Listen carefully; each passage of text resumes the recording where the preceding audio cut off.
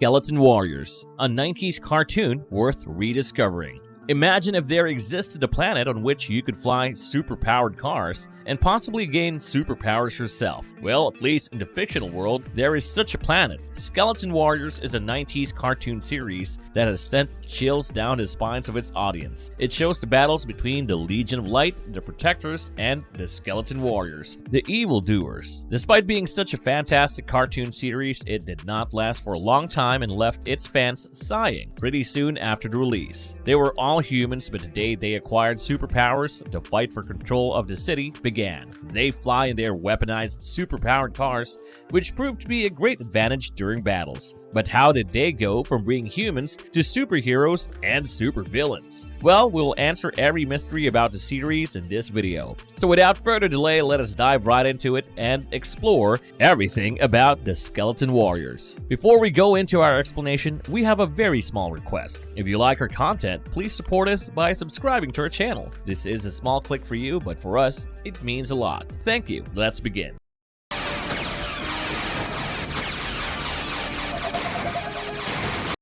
What is the show all about?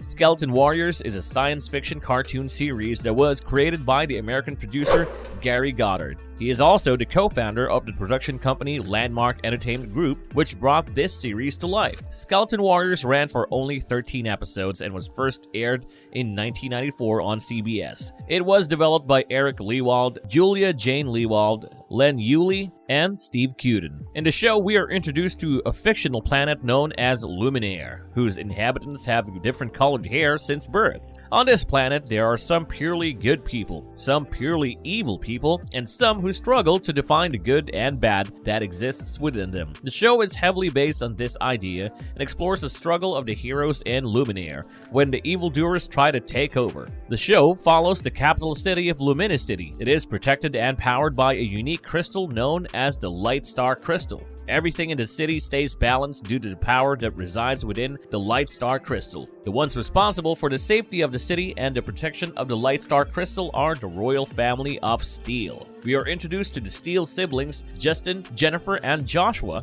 who are the heroes in the series. After the death of their father, the oldest son, Justin Steele, assumed the responsibility of making all decisions regarding the well-being of Luminicity. But his authority is soon to get challenged. The main villain of the series is another Luminicity resident, Baron Dark. He is a man who previously served under Justin's father, but was never trusted by him. Likewise, Justin does not trust him either. However, things are about to get pretty ugly in Luminicity because Baron will bring an unimaginable threat to the city and its people.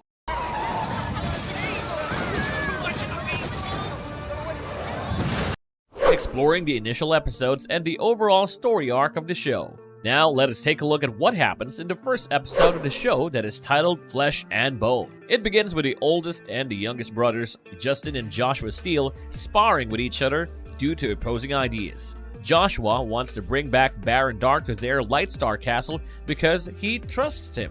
On the other hand, Justin is entirely against it and refuses to understand anything that Joshua has to say. He often treats his younger brother as a child, and it makes Joshua feel ignored. Being the hot-headed guy that he is, Joshua storms off saying that Justin needs to stop acting as if he is the king. Their sister Jennifer tries to explain to Justin that he needs to be more respectful of Joshua, otherwise he will continue to defy him. As a result of Justin's behavior, Joshua goes to Baron Dark for help, who tries to feed Joshua's ego by telling him that the people of Luminicity need him as their king and not his older brother. The next day, Joshua goes to the Light Star Chamber along with Baron Dark in order to remove the Light Star Crystal from its place long enough for him to successfully defeat his brother. However, it looks like Baron has other plans for the crystal. When Joshua tries to stop Baron from disturbing the crystal, he attacks him and takes hold of the Light Star Crystal. Due to the alarms going off, Justin and Jennifer soon arrive, and Justin tries to take back the crystal from Baron. Both of them refuse to let go of the crystal, and as a result, the Light Star Crystal splits in half. One half is in the hands of Justin Steele and the other is with Baron Dark. A surge of power is released from the Light Star Crystal and several explosions occur all over Luminicity.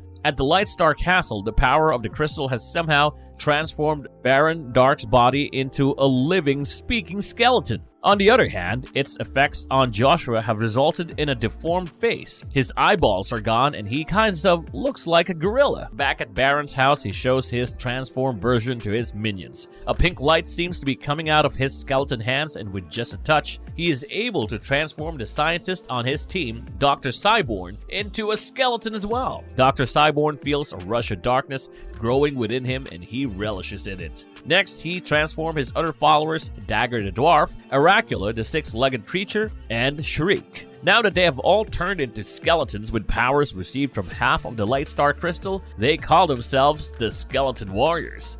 Now, at the Lightstar Castle, it looks like the three siblings have also received the power of the Lightstar Crystal within them. Justin is able to shoot from the tip of his hand, Jennifer is suddenly able to fly, and Joshua somehow knew that the castle was under siege even before the sirens went off. But could these be the only powers they have? Baron Dark, along with his skeleton warriors, appear in their flying vehicles and attack the castle. At the same time, Justin and Jennifer also get their superpowered flying vehicles to fight back against the enemy. Jennifer goes straight after Baron, and now that she has some new powers, she crashes her vehicle into Baron's and flies away in order to save herself. However, Baron still stands straight. Just then, Joshua arrives to confront Baron and tells him that he betrayed him. Baron suggests that Joshua's heart is as dark as his own and asks him to join the Skeleton Warriors. He refuses, and when Baron shoots them with his weapon, he takes Justin and Jennifer and runs into the shadows. When they come out of the shadows, it looks like they have somehow reached the Sky Cycle hangar, and none of them know how they got there. Without giving it a second thought, the three siblings head toward the only person they can go for some help. That is, their father's brother, their uncle Urzak. Upon reaching his house, we discover some new information about the Lightstar Crystal. Apparently, long ago, forces of darkness had stolen the crystal from the people of Luminicity, and they had a hard time getting it back. There is a legend that says during that battle, a portion of the crystal was chipped, and the energy that was unleashed affected the warrior nearest to it in a manner that no one had ever seen before. They realized it is the same thing that happened to them. Now, while Uncle Urzak is handing them some new weapons, Joshua feels a ting of pain in his mind and knows that Baron Dark is now on his way to their safe place to find him. It looks like Joshua and Baron share a kind of psychic link through the powers of the Lightstar Crystal. The two can tap into each other's minds. This is because Joshua's heart was once in the wrong place when he was about to betray his brother, but stopped at the right time. But since there is good inside of him, that is why he has not completely turned into a skeleton. Jennifer flies outside to check their situation, and she spots the skeleton warriors heading toward them from far away. So it looks like she is now able to look across great distances with ease. Uncle Urzak checks their defenses. When Joshua has another headache and it seems like he is now being controlled by Baron Dark as if under hypnosis, he is about to attack Uncle Urzak but is stopped just in time. Another battle begins, and this time Jennifer attacks Baron Dark and Dr. Cyborn from behind, and they explode. Their skeleton body gets shattered into pieces, but suddenly Baron's eyes glow pink, their bones begin to come together, and their bodies are restored to normal. So, the enemies seem to have gained immortality. They attack the defenses of the heroes and destroy their main generator line and rush inside. Joshua uses his powers of hiding in the shadows and destroys Oracula, the six-legged skeleton warrior. But Oracula survives, and Joshua is stopped by Shriek, Baron's female warrior. Jennifer comes to the rescue, and Joshua safely takes a wounded Justin out of there through the shadows. The siblings then head toward Uncle Urzak's underground battle station as he blows up his house with the skeleton warriors inside it. Urzak guides them to protect the half Lightstar crystal that is still with them, because Baron Dark cannot be allowed to get his hands on it. He tells them to become the warriors of the light. So with the fire of the crystal in his blood, Justin is named Prince Lightstar. The crystal has given Jennifer the ability to fly, so she is now named Talon. And since Joshua is able to move within the shadows of darkness, he is named Grimskull. Uncle Urzak is named Guardian, since he provides wisdom to the three siblings in order to fight the enemy. Together, they make the Legion of Light. The episode comes to an end with Baron Dark waking up after the explosion and promising the heroes that he will not back down and achieve all the power of the Lightstar Crystal and soon rule over their planet. Now, in the second episode of the series, things are about to get a little more serious. This episode is titled Trust and Betrayal. The people of Lumina City have now heard rumors that the three siblings are the ones who got them in danger, so they are not ready to listen to anything Justin says. However, the Born leader makes a compelling argument, and one by one, the citizens agree to stand with the Legion of Light. Now, at Baron Dark's base of operations, Dr. Cyborn has reconnected their systems to the Royal Security and Communication Systems in order to find out about the plans of the Legion of Light. Apparently, the heroes have a traitor among them because someone is leaking information to Baron Dark. Now, it looks like the Legion of Light plans to get into the storehouse in order to feed the refugees. So without bringing much attention to them, Talon, aka Jennifer, flies on top of the storehouse and busts the lock. Oracula appears from inside the storehouse in his flying vehicle. He tries to attack Talon, but she blasts him with her rocket. In an instant, the Skeleton Warriors attack the Legion of Light. They are caught off guard since the enemies already know they are coming. During the fight, Dr. Cyborn and Shriek purposely don't fire at Grimskull, aka Joshua. This raises suspicion among the new members of the Legion of Light. Prince Lightstar, aka Justin, asks their team to fall back because they're getting their ass handed to them in the fight. When the Legion of Light holds a meeting after their retreat, the new members start accusing Grimskull of being the betrayer. Even though they have no concrete proof, he looks half like a skeleton, and the psychic link he shares with Baron Dark is common knowledge. Selkirk, another member of the Legion of Light, thinks that he could have signaled Baron Dark without even realizing it, so he is a threat to their mission. However, Justin silences them because there is no evidence that these allegations are true. And after all, Prince Joshua is his brother. Now, in order to try and prove Joshua's innocence, Justin decides not to share his new plan against the Skeleton Warriors with his brother. Selkirk informs Prince Lightstar and Guardian about the new defense parameters that the Skeleton Warriors are building. So, the heroes decide to ambush them without Grimskull. The plan works in their favor, and the Skeleton Warriors are clearly outnumbered, so they decide to retreat. However, this victory brings an issue regarding the suspicions of Grimskull being the betrayer. When Jennifer goes to talk to Joshua and show him that she is on his side, he suggests that if this psychic link is not under his control, then he will have to leave them forever. But it looks like Uncle Urzak thinks the refugees could ask to put Grimskull on trial. Now, the next day, Selkirk takes Prince Lightstar, Talon, and Uncle Urzak to meet a few rebels from the Skeleton Warriors. It tells them they are ready to side with the Legion of Light because they want to save Lumina City. Prince Lightstar trusts Selkirk, and they go along with him while Uncle Urzak stands outside to guard. This ends up being a mistake for the prince since it is a trap laid by the Skeleton Warriors. Prince Lightstar and Talon get attacked and captured, and Uncle Urzak successfully escapes to bring in reinforcements. At Baron Dark's new lair, he tells Prince Lightstar and Talon that they plan for the Legion of Light to win the last encounter so that it could prove that their brother was the informer. However, it was Selkirk who betrayed them. He did this so that Baron Dark would give him jewels and diamonds from the crown's vault. But how do you expect an evil soul to be honest with you? Baron immediately transforms Selkirk into a skeleton warrior. Now, when Prince Lightstar refuses to give Baron their half of the Lightstar crystal, he decides to turn the prince into a skeleton warrior as well. But somehow, Baron's powers do not work on him, and Justin is alright. He asks Dr. Cyborn to find out why his powers failed him, as it turns out he can only transform those people into skeleton warriors who are already evil at heart. So, it is clear why he will never be able to return Prince Lightstar into a skeleton warrior. Back at their hiding place, Uncle Urzak informs Grimskull that he did not subconsciously contact Baron Dark. In fact, Selkirk was the mole in the Legion of Light. So, they decide to go after Baron together using Grimskull's psychic link with him. He has taken control of the Lightstar Castle. So, in order to reach quickly, Joshua channels himself and Uncle Urzak from one shadow to another. On arriving inside the castle, Joshua frees Justin and Jennifer, then he blasts Selkirk with his weapon in order to take his revenge. The Skeleton Warriors sure put up a good fight, but the episode comes to an end with the victory being on the side of the Legion of Light.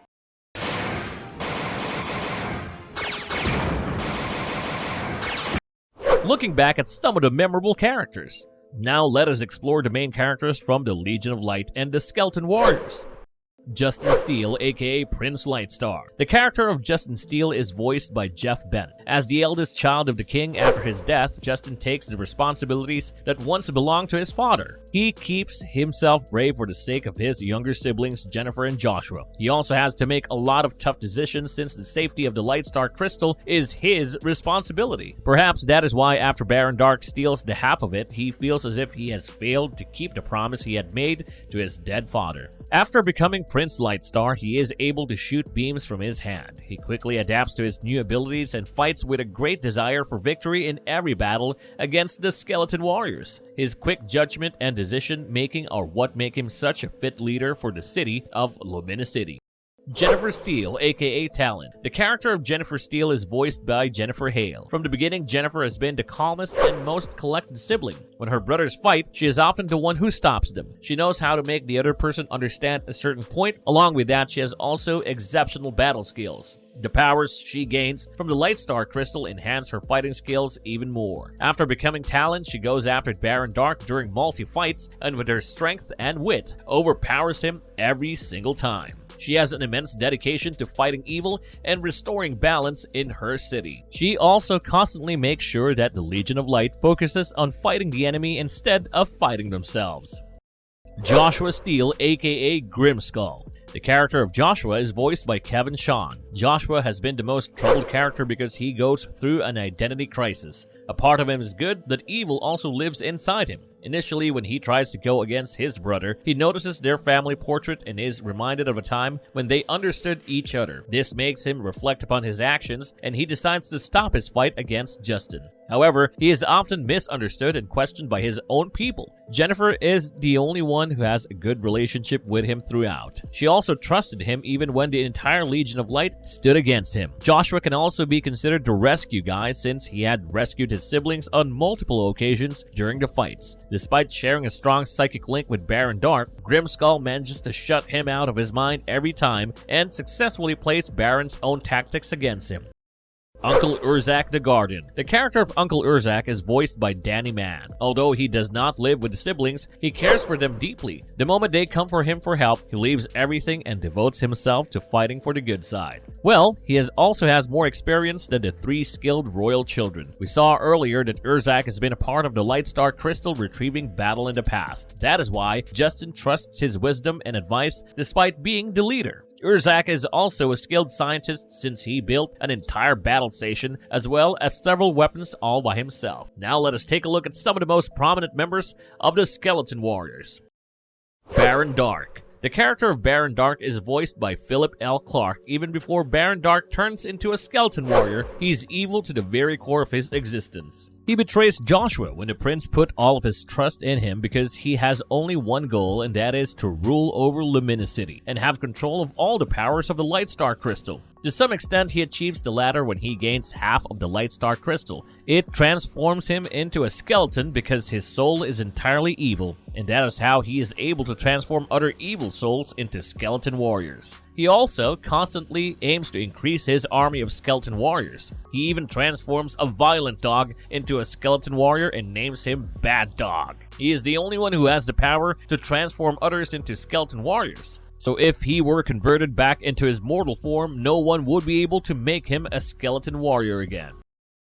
Dr. Cyborn. The character of Dr. Cyborn is voiced by Nathan Carlson. He is Baron's second-in-command and the only scientist and weapon maker on his team. Baron certainly trusts him the most among the other members of the Skeleton Legion. Dr. Cyborn often crosses his limits and ridicules Baron Dark, but is soon put into his place by his master.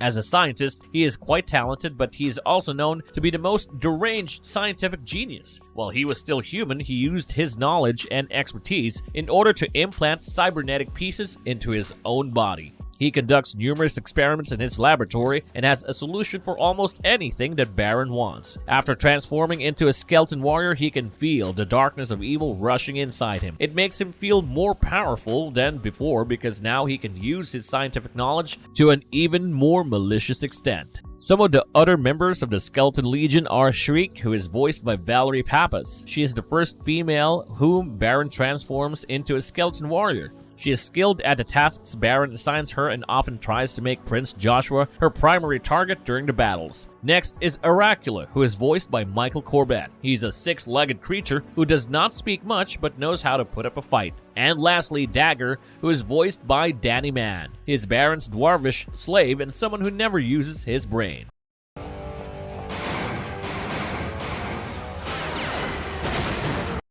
Marvel's verdict. The show presents a super cool futuristic universe and is addictive. At the time when Skeleton Warriors was released, there were not a lot of fantasy science fiction animated shows, so the show gained a huge amount of popularity very quickly. The audience would be looking forward to watching new episodes, but sadly it only lasted for 13 episodes. The plot is quite unique, and a story about a different planet in a cartoon series was not that common during that time. It even has variety in its characters because the core elements of each of them are different. Through its different plot buildups, it has shown a variety of themes. We have seen the betrayal of a team member, the royal family being questioned, the characters having an identity crisis, and so much more. The characters are also built with a lot of depth because many of them have multiple dimensions in terms of goodness and evilness. The show keeps its audience engrossed from costume designs to building an entirely new nation. Everything looks pretty advanced for its time. In fact, the most awesome things are the fight sequences. Every battle leaves us wondering which side is going to win. Finally, and we also discover new battle tactics that the characters come up with.